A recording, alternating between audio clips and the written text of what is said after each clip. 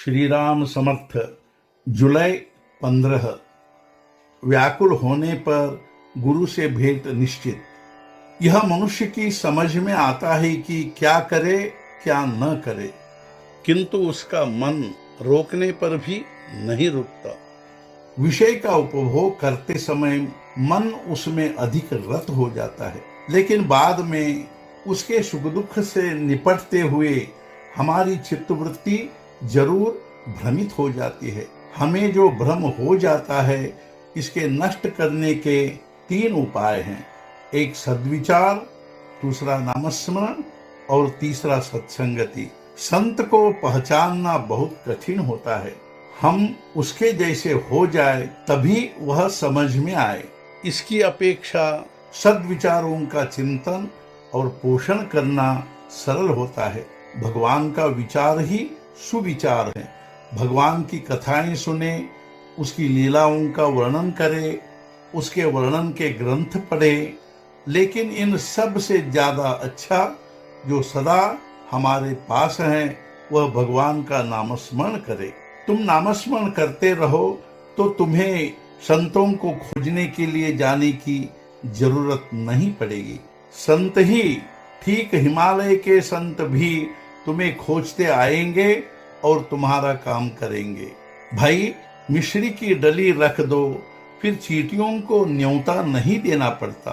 तुम कहोगे हमसे वह नहीं करते बनता, लेकिन हम अपने बेटे को विद्यालय में भेजते हैं और वह नहीं पढ़ता या उससे पढ़ाई नहीं होती, तब भी हम फिर उसे उसी कक्षा में जबरदस्ती भर्ती करते ही है या नहीं, और उसे ज्ञान की एक शाखा नहीं आती तो दूसरी कौन सी आएगी, यह सोचकर उसे वह सिखाते ही या नहीं, और वह अपने पेट भरने लायक हो जाए, इसके लिए हमें बेचैनी होती ही है या नहीं। वैसे ही परमेश्वर की प्राप्ति हो, इसलिए क्या हमें बेचैनी होती है? नहीं होती। तो जब वैसे बेचैनी हो, तब तुम्हारे गुरु ठीक जमीन से निकलकर तुम्हारे लिए ऊपर आएंगे। वह लगातार तुम्हारी राह देख रहे हैं।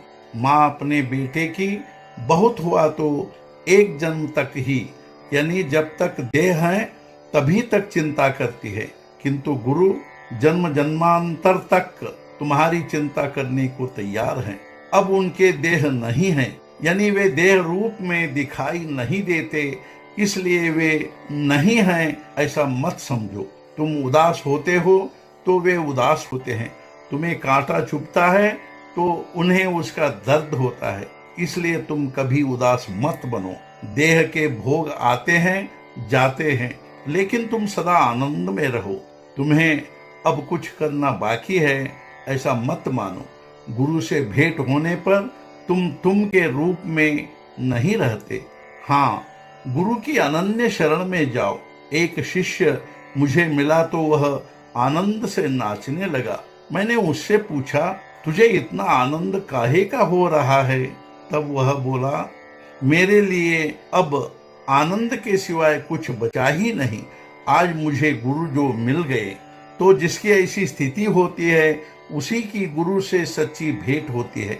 जो हो, तुम गुरु की अनन्य शरण जाओ तो फिर तुम्हें और कुछ करने की जरूरत न रहे। आज का मुख्य विचार, भगवान के लिए व्याकुल होना साधकपन का प्राण है। इसलिए रात दिन राम के लिए लगन हो और मुख में उसका नाम हो। सद्गुरुनाथ महाराज की जय। जय जय रघुवीर समर्थ।